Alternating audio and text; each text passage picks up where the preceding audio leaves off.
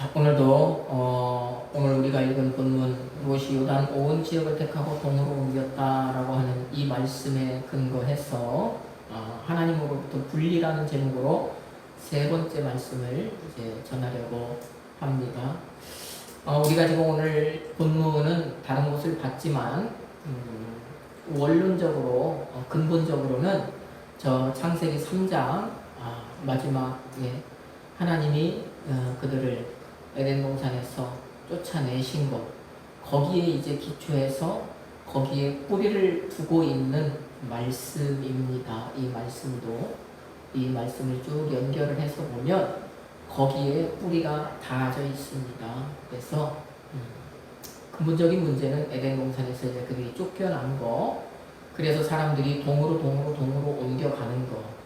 그 다음에 하나님이 이제 아브라함을 부르셔서 아브라함이 서쪽으로 옮겼는데 롯이 이제 다시 동쪽으로 가는 것, 이제 그런 문제 가운데서 이제 오늘 본문을 보려고 합니다. 그래서 오늘 하나님으로부터 분리된 사람에게 또 무엇이 이제 나타나는가, 그리고 그것을 보면서 우리 그리스도인이라고 하는 우리에게 이제 필요한 것은 무엇인가라는 것, 이것에 대해서 말씀을 드리려고 합니다. 우리 이제 하나님으로부터 분리라고 하는 이 제목으로 말씀을 세 번째 시간인데 들은 그 말씀을 전하는 세 번째 시간인데, 하나님으로부터 분리된 사람 나타나는 결과가 첫 번째는 뭐였냐면 하나님으로부터 멀어지더라. 그 다음에 하나님께로 가까이 올 수 없더라. 그렇죠? 그 다음에 또 하나님으로부터 분리된 사람은 동쪽으로 향하더라. 동쪽으로 향한다는 것은 그 방향에 이 방점을 찍은 것이 아니라 하나님을 등지더라 라고 하는 것입니다. 그랬을 때 하나님은 이제 다시 방향을 돌려서 하나님이 계신 쪽으로 이제 하나님과 분리된 사람들을 부르셨다. 그런데 그 하나님께서 하나님으로부터 분리된 사람들을 다시 부르신 그 과정을 보니까 오늘날 이제 그 모습 가운데 오직 예수를 통해서 하나님은 하나님으로부터 분리된 사람들을 다시 하나님께로 부르더라 였던 것이죠. 자, 그러면 오늘은 이제 하나님으로부터 분리된 사람들에게 나타나는 것이 무엇인가? 이제 이 하나님으로부터 분리라고 하는 이 제목으로 마지막 말씀을 좀 드리려고 합니다. 자, 말씀의 배경을 좀 우리가 먼저 한번 살펴보면, 지난 시간 하나님의 말씀을 쫓아 하나님의 말씀을 따라 저 창세기 12장 4절에서 아브라함이 어떻게 합니까? 말씀을 따라 갔더라 그랬잖아요. 말씀을 따라 갔다라고 하는 것이 결국에는 어떻게 됐냐면 저 동편 요단 지방에서 그 다음에 강을 건너서 가나안 서쪽 땅, 가나안 땅을 들어간 겁니다. 요단강을 건너서 가나안 땅을 들어갔다. 자, 그래서 이제 아브라함이 이렇게 하나님의 말씀을 따라서 하나님이 이제 부르신 곳으로 갔었는데, 그 말씀을 따라 가나안 땅에 들어왔던 아브라함이 기근을 만납니다. 이제 그곳에서 살아갈 때 기근을 만나니까 어떻게 하느냐? 애굽 땅으로 피신을 하죠. 애굽 땅에는 먹을 것이 있다라고 하니까 그 애굽 땅으로 이제 내려가는 것입니다. 그런데 그렇게 애굽 땅으로 내려갔던 그 아브라함이 거기서 못 볼 꼴을 보죠. 어떻게 해요? 바로가 애굽 왕이 그 아내의 심히 아름다운 모습을 보고 사라를 결국에 뭐예요? 성경에는 좋게 얘기했지만 극단적으로 아내를 빼앗아간 거잖아요. 물론 바로는 모르고 빼앗아간 거죠. 저 사람은 내 오라버니다 라고 속이라고 했으니까. 결국에 아내를 빼앗겼습니다. 그랬다가 하나님의 도우심으로 그 아내를 되찾고 이제 어떻게 하느냐? 다시 처음 가나안 땅에 들어와서 하나님께 제단을 쌓았던 곳, 세겜 땅, 베델과 아이 사이, 그 땅으로 이제 다시 돌아온 거예요, 지금 아브라함이. 자, 그런데 그렇게 아브라함이 그 땅에 돌아왔을 때 이제 그들에게 어떤 닥친 문제가 있었습니다. 그 문제가 뭐냐? 아브라함은 원래 저 하란에서 가나안 땅에 들어올 때도요, 부자였어요. 지금으로 말하면 재벌이었습니다. 온갖 많은 가축대와 종들과 딸린 식구들이 많았잖아요. 그런데 그 사람이 애굽 땅에 갔다 왔을 때 애굽 땅에서 그 아내의 일로 인해서 다시 거기서 뭔가를 이제 얻었단 말입니다. 미안하다, 바로가 미안하다, 모르고 그랬잖아. 그냥 내가 이거 선물로 줄게, 이걸로 받고 퉁치자, 용서해라, 사과 받아줘라 그래갖고 올 때 더 부자가 된 거예요. 더 많아진 거예요. 그런데 그 아브라함을 따라서 이 가나안 땅에 들어왔고 같이 이제 아브라함을 따라서 움직이는 조카 롯이 있었잖아요. 롯도 만만치 않게 부자였어요. 그냥 몸만 따라와서 아브라함을 따라다닌 것이 아니라 이미 그도 이제 하나의 가정을 이루고 있었으니까 한 그 가정을 이루고 그에게도 이 딸린 식구들이 있었단 말입니다. 오늘 우리 읽었지만 아브라함에게 목자가 있었던 것처럼 롯에게도 목자가 있었어요. 많은 그 짐승떼가 있었어요. 문제는 뭐냐? 그들이 지금 다시 돌아왔던 그 땅이 그 사람 두 사람이 가지고 있던 그 짐승떼들을 먹일 만한 어떤 풀 이런 것들이 부족한 거예요. 그러니까 아브라함의 목자하고 롯의 목자하고 날마다 전쟁이 벌어지는 것입니다. 서로 조금이라도 더 자기 짐승들을 먹일 만한 곳을 차지하기 위해서 뺏고 빼앗기고 서로 안 뺏기려고 쟁탈전, 그 다음에 다투고 그런 일들이 이제 발생한 것이죠. 자, 그러니까 이제 아브라함이 어떻게 해요? 결단을 내리는 것입니다. 아브라함이 결단을 내려요. 뭐라고 얘기합니까? 8절에서 너나 나나 우리는 한 친족이다. 피를 나눈 사이 아니냐. 그러니까 서로 우리 다투지 말자. 서로 다투지 말자. 그러면 문제는 지금 있는데 그 문제가 해결이 안 되면 다투지 말자. 안 다툴 수가 없잖아요. 그러니까 이제 아브라함이 그 얘기 끝에 어떤 한 가지 해결 방법을 제시를 하죠. 롯에게 어떤 제안을 하죠. 그 롯에게 제안을 했던 그 제안이 뭐냐? 그것이 바로 본문 9절 말씀이잖아요. 읽어봅시다. 내 앞에 온 땅이 있지 아니하냐? 나를 떠나가라. 내가 좌하면 나는 우하고 내가 우하면 나는 좌하리라. 자, 아브라함이 이렇게 제안을 하는 거예요. 나를 떠나. 네가 좀 나를 떠나. 우리 서로 여기서 이제 갈라서자. 이 떠나가라. 이 파라드라고 하는 이 히브리어 동사는 뭔가를 이렇게 나눈다는 얘기예요. 구분한다라는 얘기입니다. 떠난다는 거. 이쪽 저쪽을 나눈다는 얘기잖아요. 구분한다. 그래서 이 말은 분리예요. 분리. 너나 나나 이제 너하고 나하고 이제는 하나였었는데 지금 한 지붕 밑에서 살았는데 한 지붕 두 가족으로 살았는데 이제는 좀 분리하자. 분리하자. 이렇게 지금 얘기를 하는 것입니다. 그러면서 아브라함이 롯에게 뭐라고 얘기해요? 자, 네가 좌하면 나는 우하고 네가 우하면 나는 좌하겠다. 먼저 롯에게 네가 정하라는 거예요. 너에게 선택권을 주겠다라는 얘기입니다. 네가 어디로 갈지 네가 정하면 나는 네가 정한 곳 반대쪽으로 가겠다. 지금 이렇게 이야기를 하는 것입니다. 굉장히 지금 이 삼촌이 조카에게 신사적으로 지금 제안을 하는 거예요. 그리고 조카가 뭔가 받아들일 만한 지금 제안을 하고 있는 것입니다. 여러분, 그러면 여기서 지금 아브라함이 얘기하는 이 좌와 우, 이것은 어떤 방향을 가리키는 것일까? 좌와 우. 네가 좌하면 나는 우하고 네가 우하면 나는 좌하겠다 지금 이라고 있는데 이것이 어떤 방향을 가리키는 것일까? 우리는 사실 알지 못하죠. 모릅니다. 그런데 그 사람들은 아는 거예요. 자, 그것이 우리 모르는 사람들을 위해서 이제 우리 읽은 본문의 힌트가 있잖아요. 그것이 바로 11절 말씀이죠. 롯이 어디로 옮겼대요? 동으로 옮겼답니다.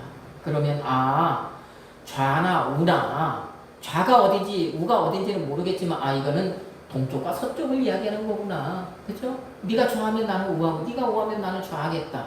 그런데 이 히브리스 사람들은 근본적으로 우측과 좌측 중에 좌측을 좀 불결하게 생각을 하고 안 좋게 생각을 하죠. 항상 이 사람들은 오른쪽을 의로운 쪽으로 생각을 하잖아요. 그래서 예수님도 염소는 왼쪽에 양은 오른쪽에 그런 말씀 하시잖아요. 그러면 그냥 우리 생각에 그러면 이 동쪽이 좌측이겠구나 그냥 그렇게도 생각을 해볼 수 있다. 그렇게 생각해 볼 수 있다. 어쨌든 이 좌와 우의 개념은 동쪽과 서쪽의 개념이구나. 그러는 것을 이제 우리가 좀 여기서 알 수가 있다. 자, 그러면 여기서도 동서가 나왔잖아요. 동서가, 그죠? 동쪽과 서쪽의 개념. 그러니까 아브라함이 결국에는 그 얘기를 한 거예요.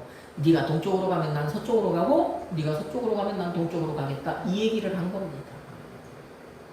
자, 이때 그 아브라함의 제안, 이 얘기를 들은 롯이 어떻게 반응해요?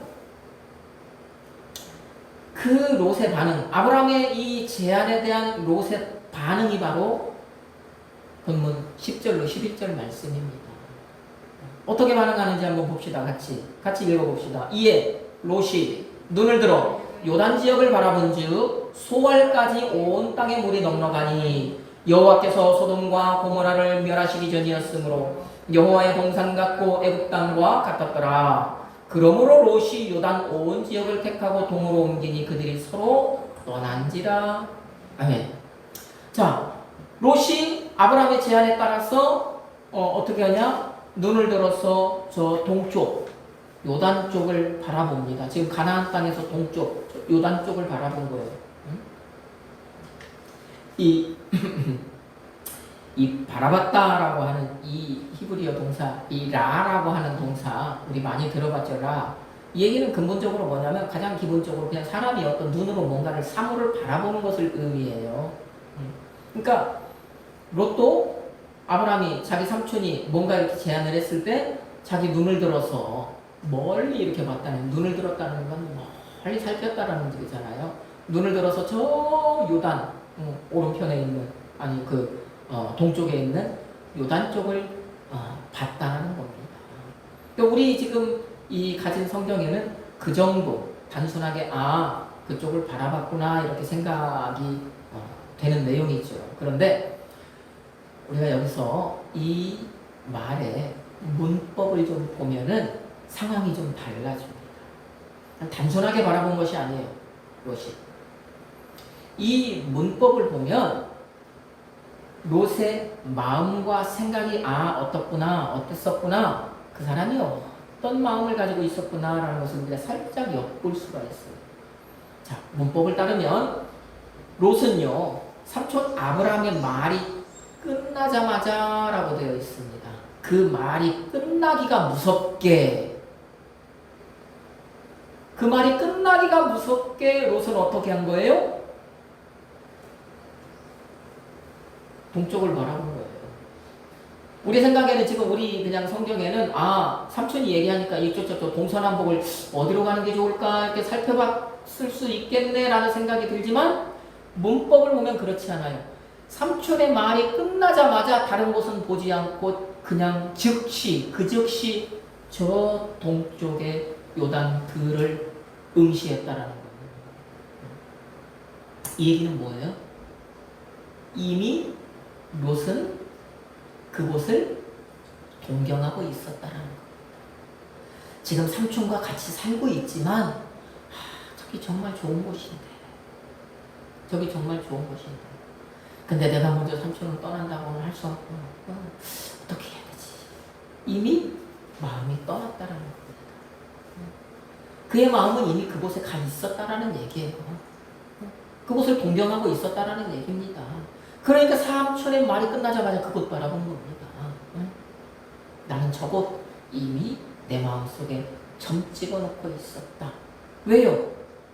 이제 그가 눈을 들어서 그곳을 바라봤다고 했지만 이미 그곳은 어떤 곳이라는 것을 알고 있잖아요. 왜? 그들이 이미 그곳을 지나쳐 왔었잖아요. 이미 삼촌과 조카가 가나안 땅에 들어올 때 지나쳐 왔죠. 그곳이 어떤 곳이라는 걸 알고 있죠. 그곳이 그런 곳이라는 것. 내 짐승 떼가지고 마음껏 먹이면서 이 수와 양을 불릴 수 있는 것.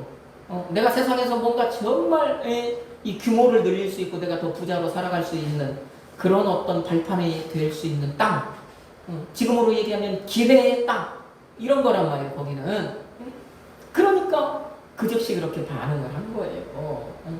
자, 그의 눈에 10절에 보면은 동쪽 요단 지역이 물이 넉넉해 보였다라는 거. 여러분, 그 땅은 물이 넉넉한 땅입니까? 아닙니까? 물이 넉넉하지 않은 땅이잖아요. 그죠? 그래서 태반이 못 쓰는 땅이었잖아요. 지금도 그렇지 않습니까? 거의 태반이 물이 없어서 사막 같은 땅, 건조한 땅. 그런 땅이란 말이에요. 그런데 그 요단 동편 당시에 물이 넉넉했대요. 이 물이 넉넉했다라고 하는 이 말을 그 다른 말로, 이 다른 의미로 해석하면 뭐라고 이제 이 단어가 정리가 되어 있다면 당시에 그 수로가 잘 형성이 되어 있었다. 그러니까 물길이 잘 조성이 되어 있었대요. 당시에 그곳에 이미 그 강이 이렇게 내려오는 물이 그 수량도 풍부했고 그 강의 물을 끌어다가 적절하게요 그 물길을 잘 만들어 놔서 그 땅은요 정말 정말 살기 좋은 땅. 그래서 그 롯의 눈에 그곳이 뭐같이 보인 거예요. 저 애국 땅과 같고 여호와의 동산 같았다. 여호와의 동산 어디입니까? 에덴 동산 아닙니까? 에덴 동산이라고 착각할 수 있을 정도 그런 땅이었답니다. 거기가. 예? 그런 땅이었대요. 그러니까 지금 그 사람들이 있는 지금 이 베델과 아이 쪽 세겜 땅 여기는 사실 산지거든요. 높은 땅이에요. 척박해요. 가나안 땅. 척박한 땅에서 그곳을 바라보고 있으니까 좀 높은 곳에서 응시하고 있으니까 얼마나 좋아 보입니까? 그러니까 롯은요 이제 어떻게 한 겁니까? 그 눈에 좋아 보이는 것을 따라 그 동쪽의 요단 지역을 택하고 그 동쪽 지방으로 떠난 거예요. 이제. 다시 말하면 분리된 것입니다. 그러면 자 여기서 이제 우리가 한번 정리를 한번 해보면 1차적으로 이것을 통해서 우리가 알게 되는 것이 무엇이냐? 하나님으로부터 분리된 사람. 오늘 말씀의 제목과 같이 하나님으로부터 분리된 사람은 자기 눈에 좋아 보이는 것을 본다. 하나님으로부터 분리된 사람은 자기 눈에 좋아 보이는 것에 마음을 둔다. 하나님으로부터 분리된 사람은 자기 눈에 좋은 것을 따라서 살아간다라고 하는 것입니다. 그냥 하나로 얘기하면 하나님으로부터 분리된 사람은요 자기 눈에 좋은 대로 사는 거예요. 지금 조카 롯이 그런 지금 삶을 살아간 거예요. 누구 눈에 좋아 보일 것이냐? 하나님 눈에 좋아 보일 것이냐? 내 눈에 좋아 보일 것이냐? 두 가지의 선택지 가운데 롯은요 자기 눈에 좋아 보이는 것을 쫓아간 것입니다. 여러분 보세요. 아브라함이 지금 우리가 봤을 때 선택지는 동쪽과 서쪽 두 개밖에 없잖아요. 그러면 아브라함이 먼저 선택을 한다면 분명히 아브라함은 서쪽을 선택하겠습니까? 동쪽을 선택하겠습니까? 방향이 문제가 아니라 하나님이 계신 곳을 선택하겠어요? 하나님을 떠난 곳을 선택하겠어요? 내 생각대로의 삶을 선택하겠습니까? 하나님의 생각대로의 하나님 눈에 좋아 보이는 것을 선택하겠습니까? 내 눈에 좋아 보이는 걸 선택하겠습니까? 아브라함 분명히 하나님 쪽이죠. 그런데 지금 조카 롯에게 먼저 네가 선택을 해라 했다라는 것은 아브라함이 어떤 뭐예요? 믿는 구석이에요. 이 얘기는 뭐냐? 조카 롯이 어떤 거 선택할지 아브라함은 이미 대충 짐작을 하고 있었다는 거지.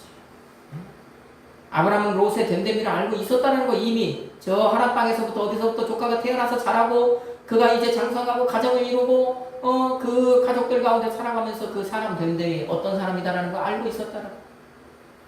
아브라함이 하나님의 말씀을 따라올 때요 그 조카 롯이 아브라함을 따라왔지만 내 조카 롯은 하나님을 따라온 것이 아니라 어떤 사람 나를 통해서 뭔가 유익을 취하기 위해서 나라고 하는 사람을 쫓아왔구나. 눈에 보이는 대로 살아가는 거 알았던 것이죠. 그것을 알고 있었다는 거예요. 그러니까 조카 롯은 분명히 아브라함이 네가 먼저 선택하라 했을 때 지 눈에 좋아 보이는 것을 선택할 것이다. 아브라함은 알고 있었던 거지. 그러니까 과감하게 선택하라. 자 아주 그냥 자신만만하게 그렇게 얘기를 한 거죠. 또 하나 아브라함의 마음에는 뭐가 있었을까요? 하나님께서 그를 책임지신다고 했잖아요. 내가 너를 복주고 복주겠다고 했잖아요. 내가 너를 큰 민족 만들어주겠다고 했잖아요. 내가 너 책임지겠다고 했거든요. 하나님께서 그 롯이 어떤 선택을 하시든지 그 뒤에 담겨진 자기를 어떻게 하나님이 책임져 주시겠다, 책임 안 지시겠다, 책임져 주시겠다라고 하는 믿음이 있었던 것이죠. 그러니까 네가 선택해라. 이렇게 이야기를 할 수 있었던 것입니다. 자, 어쨌든 자, 아브라함은요 이제 그 서쪽 가나안 땅에 그냥 머물고 롯은요 자기 눈에 좋은 대로 동쪽을 향해요. 저 12절 말씀에 보면 그렇게 이제 동쪽 요단 동편으로 간 롯은 어떻게 하냐면 요단 지역의 여러 성읍들을 이제 여기저기 걸쳐가면서 여기서 잠깐 살아보고 저기서 잠깐 살아보고 이렇게 하면서 돌아다니면서 삽니다. 그러다가 어디에 이제 딱 자리를 잡느냐? 소돔성의 자리를 잡죠. 12절 말씀에 보니까 소돔성. 자, 그런데 그렇게 자기 눈에 좋은 대로 딱 정착을 했던 그곳이 나중에 보니까 자기가 죽을 곳이더라는 거예요. 어쩌면 그곳이 자기의 무덤이 될 수도 있었더라는 것입니다. 왜 그러느냐? 그게 본문 13절 말씀이잖아요. 본문 13절 말씀에 뭐랍니까? 소돔 사람은 여호와 앞에 악하며 큰 죄인이었대잖아요.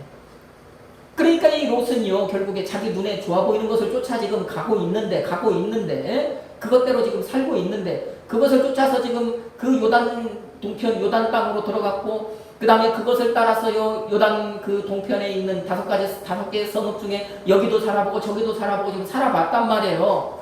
그리고 그러다가 이제 최종적으로 내가 여기서 살아야 되겠다라고 이제 딱 정착을 한 것이 소돔성인데 그 소돔성 사람들은 여호와 앞에서 악했대요.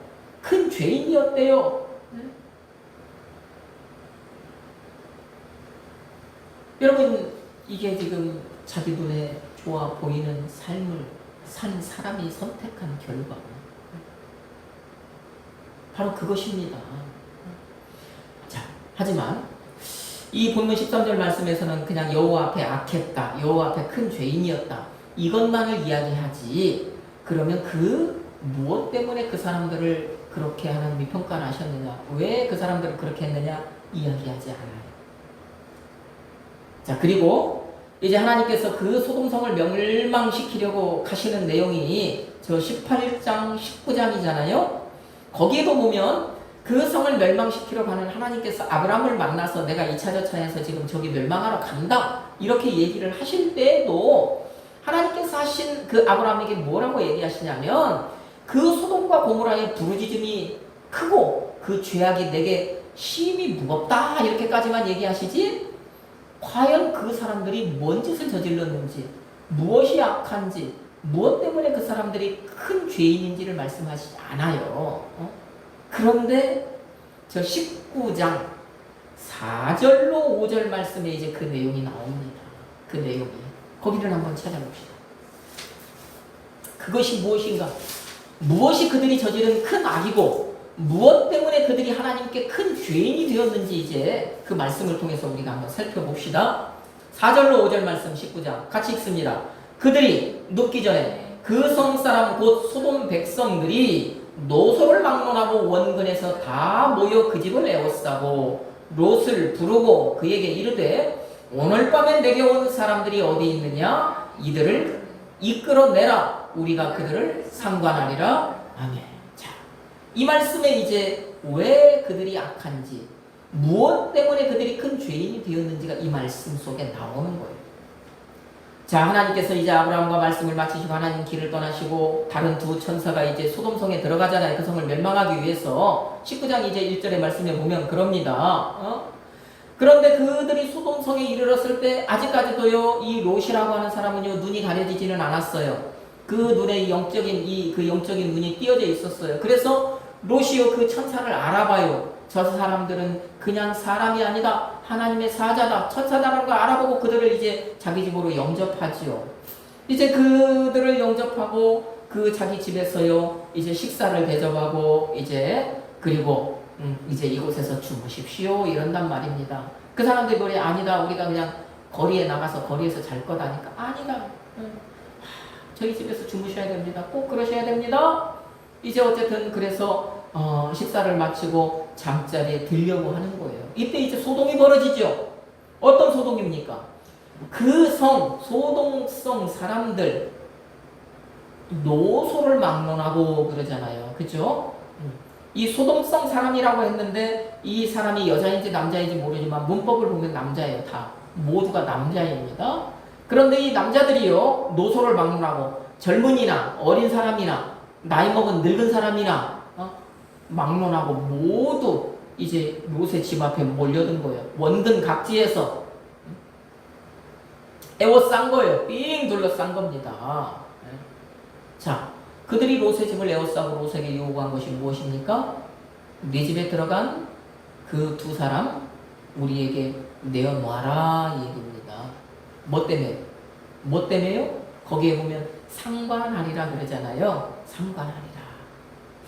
여러분 이 상관하리라라고 하는 이 히브리어 동사가 야다라고 하는 말인데 이 야다라고 하는 이 말은요 기본적으로 무언가를 내가 알다라는 거예요. 안다.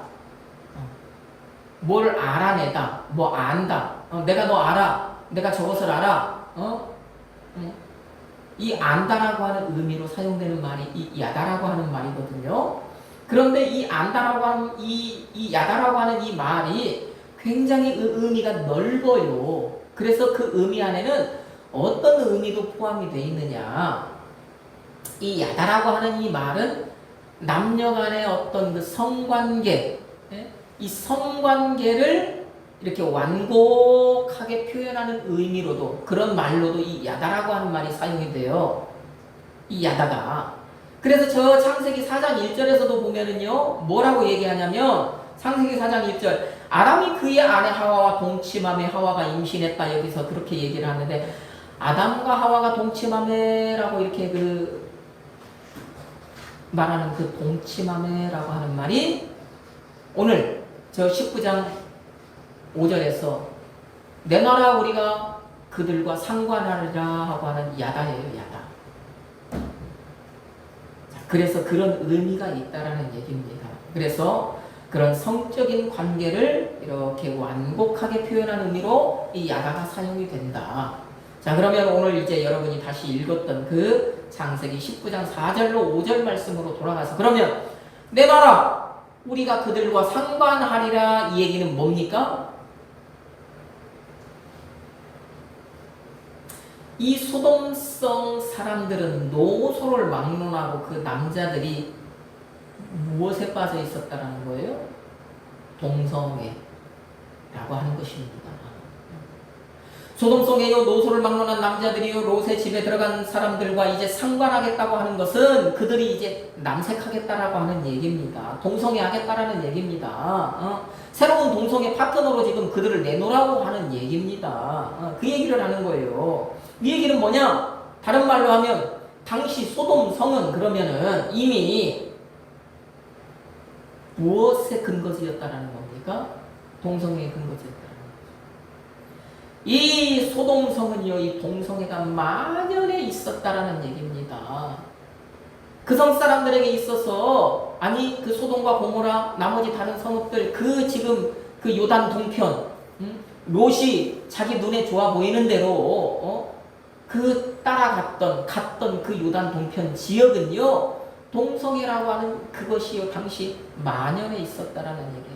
완전히 그것에 물들어 있었다라는 거예요. 그것이 아무렇지도 않은 일들이었다라고 하는 얘기입니다.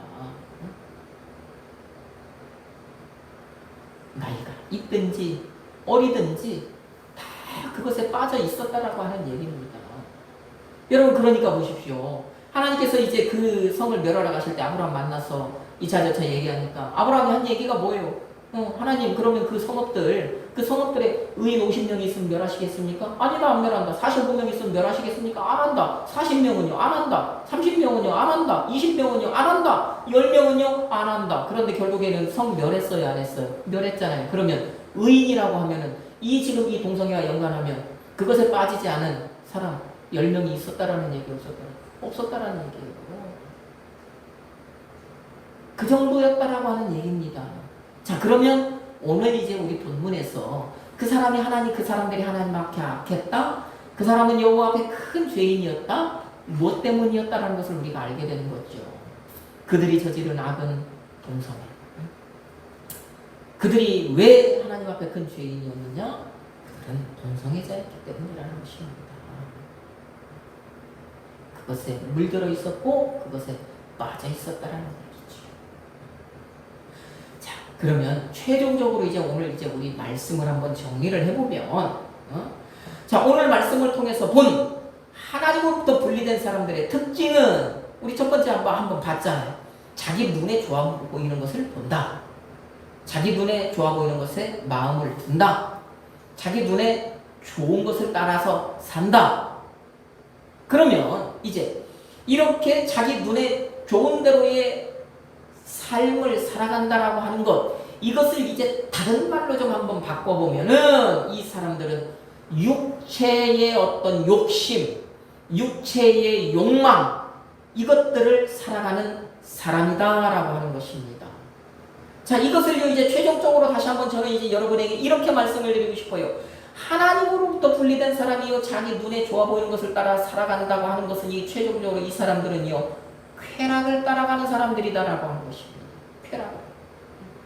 쾌락을 추구하는 삶을 살아간다. 여러분, 그 쾌락이라고 하는 이 헬라어가 헤도네라고 하는 이 단어인데, 여러분, 이 말이 참 재밌는 말이에요. 이 헤도네라고 하는 이 말이 최종적으로는 쾌락이라고 하는 이제 의미의 말이 되었는데, 이 말이요 차츰 변화가 되어서 나중에 쾌락이라고 하는 뜻으로 사용이 된 거예요. 이 말이 처음에는 어떤 의미로 사용이 되었냐면 맛 좋다, 맛 좋은 것, 맛 좋은 것을 의미할 때 이 헤도네가 사용이 되었어요. 이 말이 처음에. 자, 그러던 것이 이제 차츰 변화돼서 그 다음에는 사람의 오감이 있죠. 오감, 5가지 감각이라고 그러잖아요. 시각, 청각, 후각, 미각, 촉각. 이 오감의 즐거운 것을 의미하는 의미로 이제 헤도네가 사용이 됩니다. 그 다음에 이제 이렇게 또 다시 이제 세월이 지나면서 어떤 말이 되냐? 내게, 어떤 사람에게 즐거움을 주는 것. 그것을 의미하는 이제 말로 사용이 된 거예요. 그러다가 이제 최종적으로 쾌락, 또 다른 의미로 즐거운 것. 그러니까 이 사람에게 어떤 쾌락을 준다? 다른 말로 하면 사람에게 즐거움을 주는 것. 그런 의미가 된 것입니다. 그러니까 자기 눈에 좋아 보이는 것을 쫓아 사는 사람이 육체의 욕심, 육체의 욕망을 따라 산다?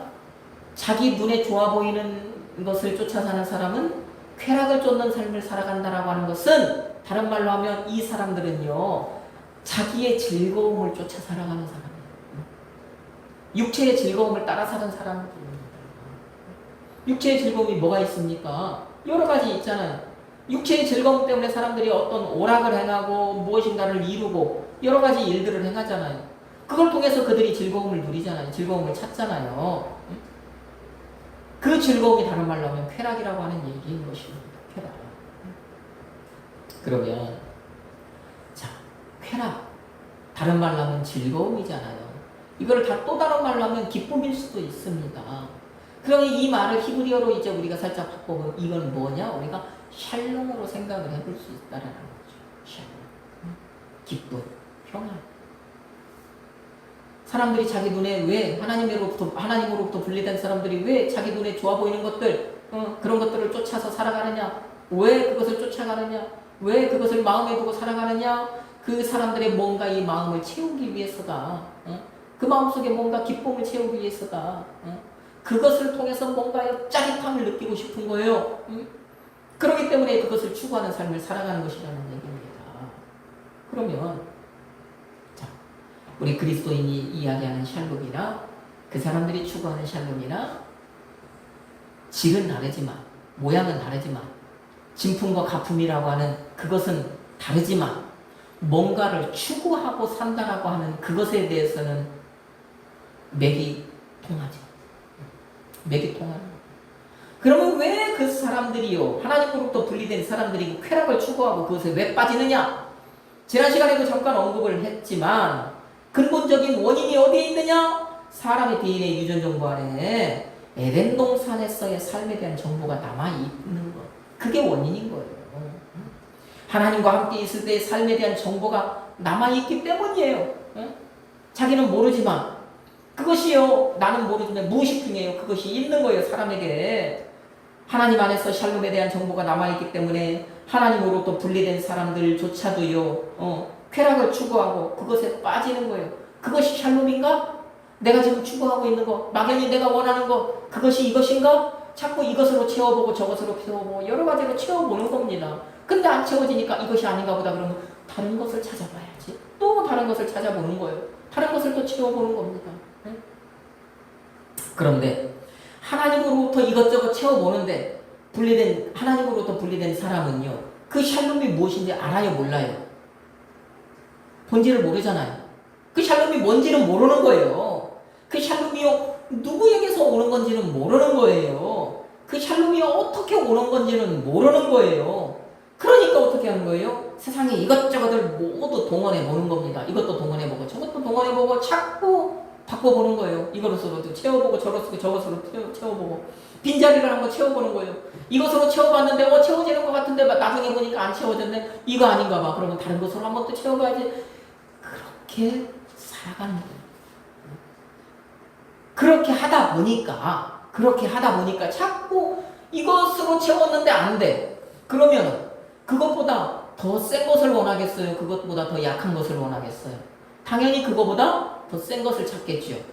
그렇게 자꾸 찾다 보니까 이 샬롬의 짝퉁인 쾌락을 추구하는 거예요.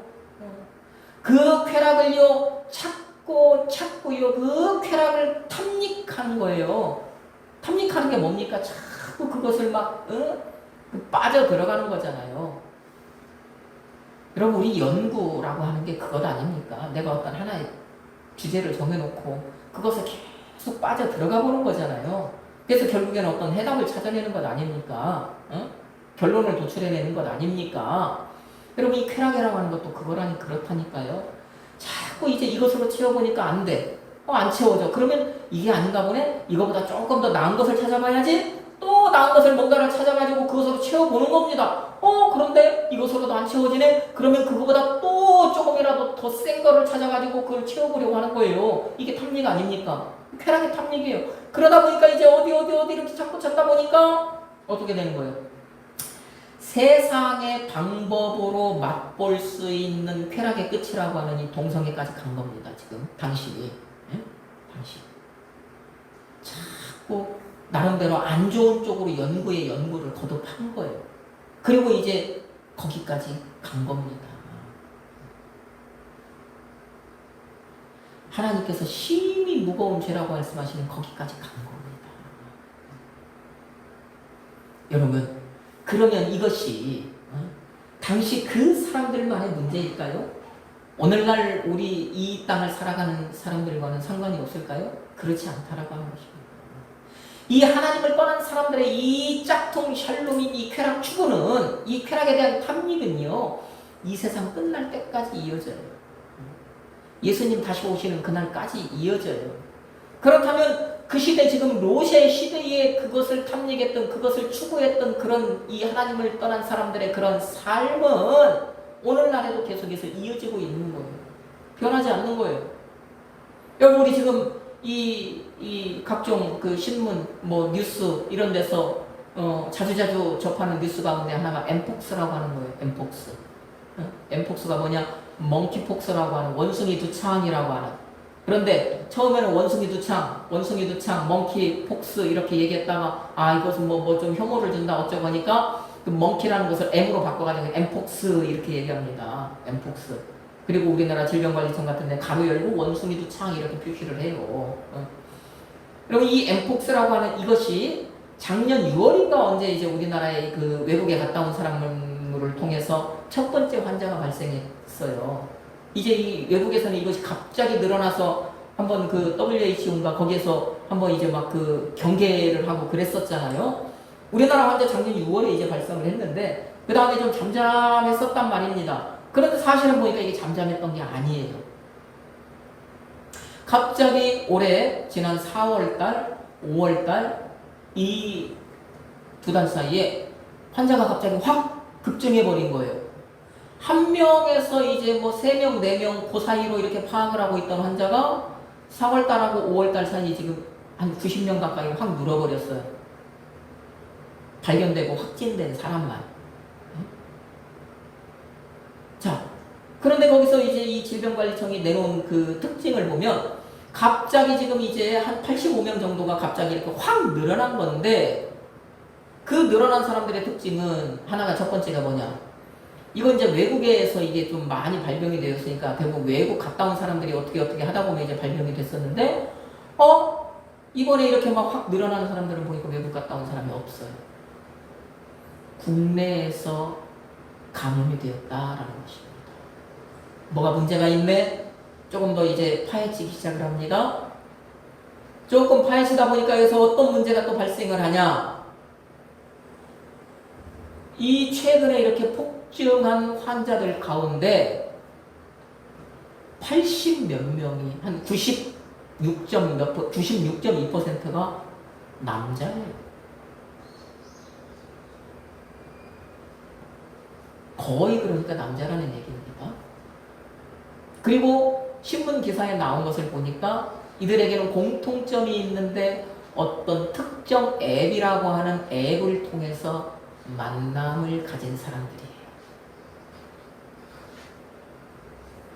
그리고 이제 질병관리청이 이제 내놓은 통계를 보니까 그 남자 그 96.2% 이 병이 지금 왜 요 2달 사이에 폭증한 그 퍼센트를 보니까 동성애자를 통한 감염이 96점 몇 %다 그렇게 통계는 내놨습니다.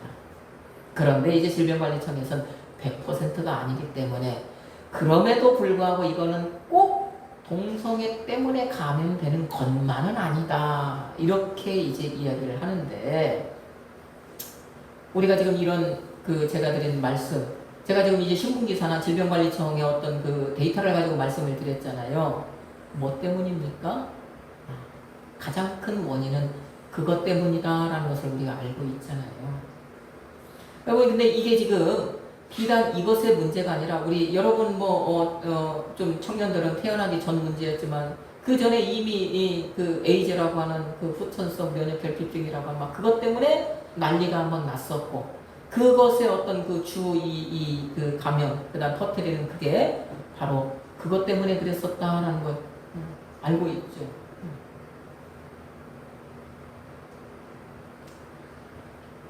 보세요. 그때 그것이나 그 에이즈나 지금 엠폭스라고 하는 이 병이나 100%는 아니지만 절대 다수를 차지하는 게 바로 그 병을 확산시키는 그 어떤 매개체가 그것이 확산에 가장 큰 역할을 한 것이 뭐라고요? 바로 이 동성애라고 하는 것입니다. 육체의 쾌락을 추구하는 것이 이런 질병이 지금 확산을 딱 가져오고 있는 것 아닙니까? 그래서 전문가들이 하는 얘기가 뭐냐? 이렇게 우리가 지금 이렇게 양지로 끌어낸 발견한 그래서 확진한 사람만 90명이지 이게 창피하고 뭐 때문에 나오지 않고 지금 음지에서 이것을 감추고 살아가는 사람들이 얼마가 될지는 우리가 알 수 없다 이렇게 얘기를 해요.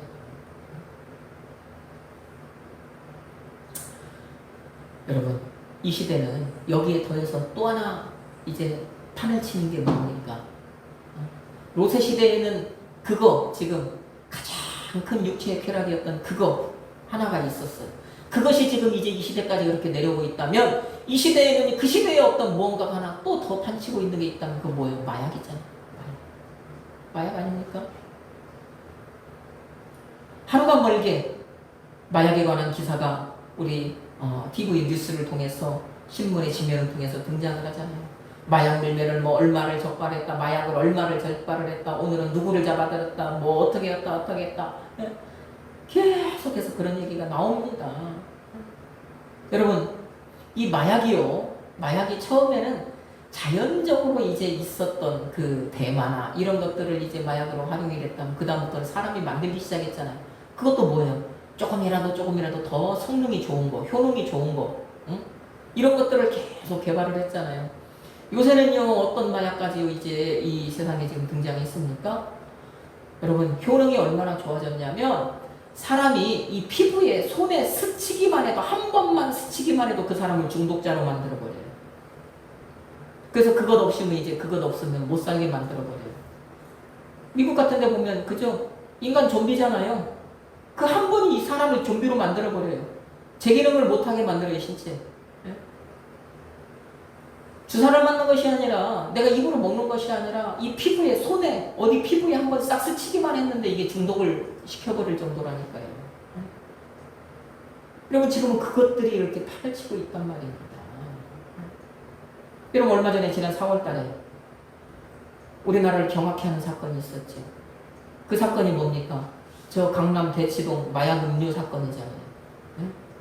어떤 그 범죄 조직이 음료, 머리 좋아지는 음료라고 해가지고 그 마약을 섞은 그 음료수를 제조해서 학생들에게 학부모에게 줬죠.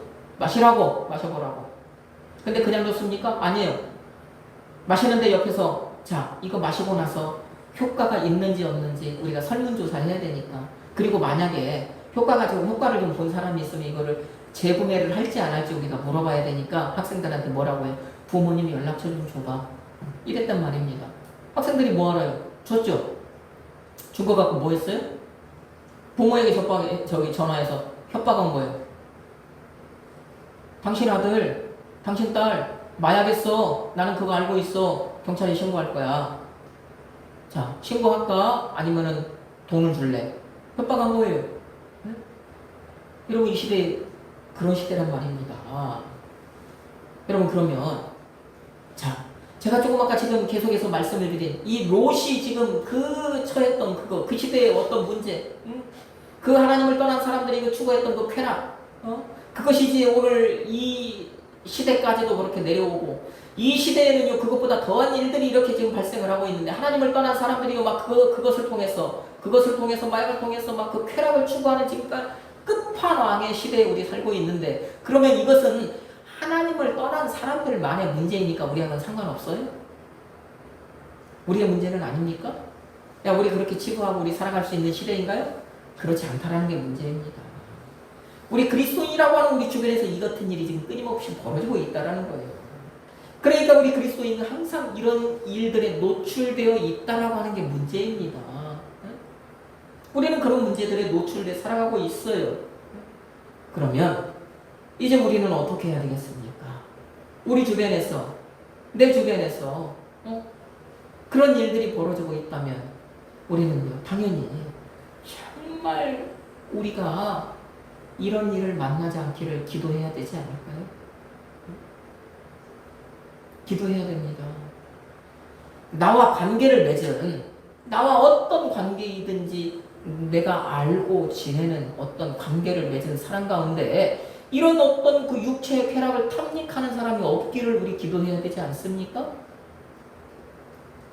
이런 그 육체의 쾌락에 빠지고요, 이런 것들로요, 나를 유혹하거나요, 혹시라도, 아까 어린 아이들에게 그런 올무를 놓았던 것처럼, 이런 것으로 딱 나는 올무를 놔서 나를 걸려들게 하려고 기회를 엿보고 있는 그런 사람, 내 주변에 없기를 기도해야 되지 않겠습니까?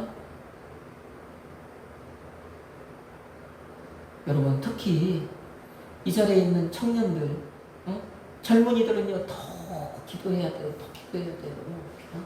아직 세상 물정 모르고, 아직은 순진해서 그렇기 때문에 더 기도해야 됩니다.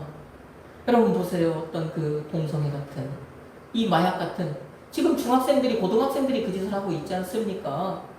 며칠 전에 저 인천에서는요, 그 고등학생이요, 뭐 했어요? 마약 판매상이었잖아요. 부모에게는 내가 수능 준비해야 되는데 집에서는 도저히 공부 안 되니까 나 집 하나 방 하나 얻어주세요. 얻어줬단 말이에요.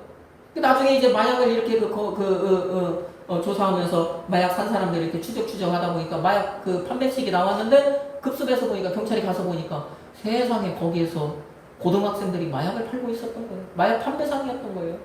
그 고등학생들이요, 어른들 다수를요, 그 판매상으로 실제적으로 공급하는 공급책으로 두고 거기에서 그 마약을 팔고 있어요. 여러분, 그런 시대란 말입니다. 보세요. 그러니까 지금 이 자리에 있는 여러분 청년들 정말 간절히 그런 그 동성애나 이런 그 마약이나 이런 육체의 쾌락에 빠진 사람 정말 만나지 않기를 여러분 기도해야 돼요. 열심히 기도해야 됩니다. 내가 교제하는 사람, 내가 관계를 맺은 사람, 내 주변에 있는 사람 누구라도요 그런 사람이 있어서 내가 그런 것에 물들지 않기를 기도해야 됩니다. 여러분 보세요. 청년들 남자친구를 만나고 여자친구를 만나고 나중에 이제 여러분들 어떤 그 결혼 혼인을 해야 되는데 혼인을 해야 되는데 내가요 만나는 그런 사람과 혹시요 그런 사람이 있다면 얼마나 큰 재앙입니까? 얼마나 큰 문제입니까? 그런 사람을 만나야 되는데 이런 종류의 쾌락을 추구하는 사람을 만난다면 여러분들 삶이 인생이 어떻게 되겠냐? 그러니까 여러분 더욱더 여러분들 이 청년들은 기도해야 되는 거예요. 그런 것 빠진 사람 정말 그런 것에 빠진 사람 만나지 않기 위해서 하나님께 간절히 기도해야 되는 거예요. 내가 정말 그런 사람들로 인해서 이런 것들로 유혹을 받거나 그 사람들이요 나를 넘어뜨리려고요 이 올무를 놓는 그런 것들에 걸리지 않게 해달라고 기도해야 된단 말이에요. 그런데 그 기도가 누구의 이름으로 기도하는 그 기도가 이제 응답이 되느냐, 그 기도를 누구의 이름으로 해야 되느냐는 문제. 누구의 이름으로 기도를 해야 됩니까? 기도를 하는 건 좋아요. 하나님 앞에 그렇게 우리가 간절히 기도해야 된단 말입니다. 그런데 누구의 이름으로 기도해야 되느냐? 예수의 이름으로 기도해야 돼요. 예수의 이름. 예수의 이름으로요, 여러분들이요, 그런 기도를 할 때요, 그 기도가 하나님께 올라가는 거예요. 예수의 이름으로요, 그 기도를 할 때 그 기도를 하나님이 받으시는 거예요. 예수의 이름으로요, 기도할 때요, 하나님께서 그 기도를 응답하셔서 여러분을 지키시는 거예요. 여러분 보세요. 그러니까 이처럼 예수의 이름으로만 여러분이 하나님께 나아갈 때 하나님께서는요, 이 추하고 악하고 험난한 세상에서 여러분의 뭐가 되어주신다? 반석이 되어주시는 거예요. 튼튼한. 여러분을 지켜주시는 것입니다. 예수의 이름으로 하나님 앞에 나아갈 때 하나님은요, 여러분을 안전하게 지키는 요새가 되어주시는 거예요. 예수의 이름으로 하나님 앞에 나아갈 때 하나님은 여러분을요, 그곳에서 건져주시는 거예요. 예수의 이름으로 하나님께 나아갈 때 하나님은 방패가 되어주시는 것입니다. 막아주시는 것입니다. 예수의 이름으로만 하나님은 여러분의 산성이 되어주시는 거예요. 그러므로 이 말세를 살아가는 우리 그리스도인에게 꼭 필요한 것이 무엇이겠습니까? 오직 예수라는 것입니다. 오늘 말씀의 제목, 하나님으로부터 분리된 사람. 하나님으로부터 분리된 사람들이 행하는 것이 무엇이냐? 이 육체의 쾌락을 탐닉하는 것이다. 그 육체의 쾌락이요, 이미 저 로세 시대부터 오늘날까지 지금 이어지고 있는데 그 육체의 쾌락의 최고봉은 동성애라고 하는 것이다. 그런데 오늘날 우리가 살아가고 있는 이 시대는요, 그것에 그치지 않고 거기에 더해서 이제요, 이 마약이라고 하는 것, 이런 것들이요, 더 우리를 이제 유혹하고 우리를 올가매고 하는 그 시대를 우리 살고 있다.